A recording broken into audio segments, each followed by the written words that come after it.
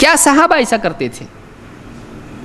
صحابہ نہیں کرتے تھے. معلوم ہوا کہ واقعی ان کو یہ حدیث سے سمجھی نہیں, یا تو ان کا فہم غلط تھا یا پھر اس میں سے وہ نکلتا نہیں جو آپ کے فہم شریف میں آیا ہے.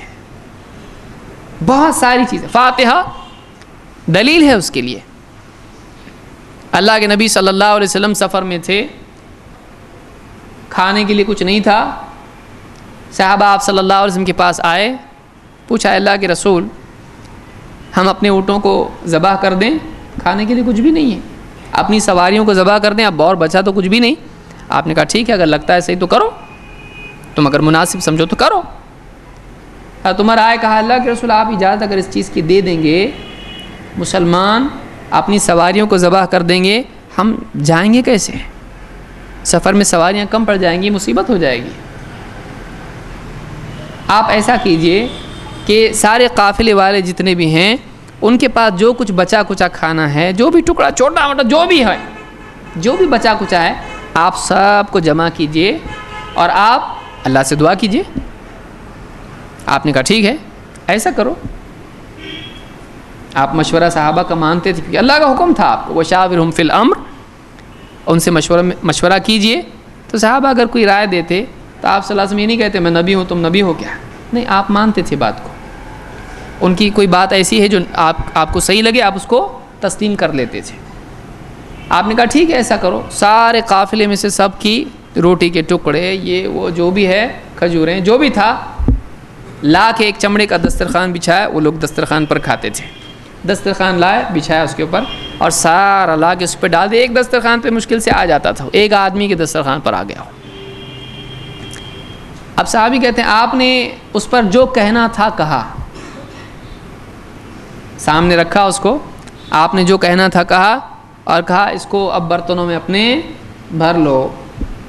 صحابہ نے جتنے لوگ سفر میں آپ کے ساتھ تھے قافلے میں, سب نے اپنے برتن بھرے, اور وہ جو تھوڑا تھوڑا تھا برتنوں میں بچا ہوا, اب جب بھرا گیا تو پورے برتن فل, اور سب کے برتن فل, اور جو رکھا ہوا تھا ویسے ہی باقی.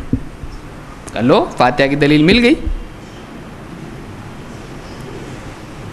ادھر ادھر کیوں جاتے ہو, بخاری مسلم میں ہے, فاتحہ کی دلیل ہے. سامنے رکھے نا, دعا کیے نا, بڑھا نا, ہم کیا کر رہے ہیں پھر؟ اب آپ بتائیے کیا کریں گے آپ؟ آدمی کو ہارٹ اٹیک آ جائے گا. ہاں نا, ثابت ہوگا فاتحہ. جو زندگی بھر فاتحہ کا مخالف ہو تو پریشان ہو جائے گا, بھائی یہ واقعی فاتحہ ادھر کیسا کیا آ گیا, فاتحہ بخاری میں کیسے نکالا ہے, کیا اس میں فاتحہ نکلتا ہے؟ واقعی اگر وہ چیز فاتحہ تھی تو صحابی بتاتے فاتحہ پڑھے, سورہ فاتحہ پڑھے, 4 کل پڑھے, درود پڑھے, آگے پیچھے 11 اور جو بھی پڑھنا تھا پڑھے. بتایا کیا پڑھے؟ کیا اللہ کے نبی صلی اللہ علیہ وسلم نے جہرن اس کو پڑھا؟ نہیں, آپ نے سرن پڑھا. آپ نے اللہ سے دعا کی اور آپ نے بتایا نہیں. آپ کیا واقعی اگر وہ عمل امت کے لیے ہوتا تو کیا آپ چھپاتے؟ آپ ایسے اذکار جو انفرادی ہیں آپ جہرن بھی پڑھ لیا کرتے تھے تاکہ امت سیکھے ان کو, تاکہ لوگوں کو معلوم ہو کہ آپ کیا پڑھ رہے ہیں. ایک ایک آیت کبھی کبھی نماز میں زور سے پڑھ لیا کرتے تھے تاکہ لوگوں کو معلوم ہو جائے میں کون سی سورت پڑھ رہا ہوں, تاکہ اس نماز میں یہ سورت پڑھی جاتی, لوگوں کو معلوم پڑے. بہت سارے اذکار جو سرن کیے جاتے ہیں آپ کبھی جہرن بھی کر لیتے تھے تاکہ معلوم ہو کہ یہ ایسا یہ پڑھنا ہے. اتنی بڑی چیز, مرگ مردود نہ فاتحہ نہ درود, اتنی امپورٹنٹ چیز کہ جس کے بغیر, جس کو چھوڑ کر آدمی مردود ہو جائے, اللہ کے رسول صلی اللہ علیہ وسلم صحابہ سے چھپا لیں گے. اگر وہ آپ کے ساتھ خاص نہیں ہوتا تو آپ عام کرتے. جب نبی نے عام نہیں کیا تو معلوم ہوا عام ہے نہیں, خاص ہے. صحابہ میں سے بھی کسی نے کیا. بعد میں حضرت عمر نے کہا چلو اب کم پڑ گیا, اللہ اب میں بھی کرتا ایسا, میری رائے تھی وہ, اب میں بھی فاتحہ دیتا ہوں. ایک پرچہ میرے ہاتھ میں آیا ایک وقت پہلے, کہا کہ دیکھیے اس حدیث سے فاتحہ کی دلیل ملتی ہے. کیسے؟ کہا اللہ کے رسول صلی اللہ علیہ وسلم نے پڑھا اور بہت لمبا نہیں پڑھا. اب یہ کہاں سے ہے معلوم نہیں, یہ بھی پوچھنے کی چیزیں ملے نہیں. وہ تو بہت تھوڑا پڑھا, تو کوئی چھوٹی چیز ہوگی اور کوئی اہم ہی چیز ہوگی, کوئی بہت بڑی چیز ہوگی. اور جب ہم غور کرتے ہیں تو قرآن سب سے بڑی چیز ہے, اور قرآن میں سب سے اہم چیز کیا ہے؟ سورۃ فاتحہ تو فاتحہ ہی پڑھا ہوگا. آپ دیکھیے فاتحہ ہی پڑھا ہوگا یہ دلیل ہے. یعنی آدمی کہے صحیح میں میرا دل بولتا ہے فاتحہ ہے تو یہ دلیل ہو جاتا ہے. کوئی آدمی آ کے بولے نہیں میرا دل بولتا ہے کلمہ ہے لا الہ الا اللہ محمد رسول اللہ, تو کیا اس کی مانیں گے آپ؟ یعنی ایک انسان کا فہم دیکھیے گمراہیاں کہاں سے آتی ہیں. اور بعض اوقات ایسا ہوتا ہے کہ آدمی عمل گھڑ لیتا ہے پھر دلیل ڈھونڈنا شروع کرتا ہے, ایسا بھی ہوتا ہے.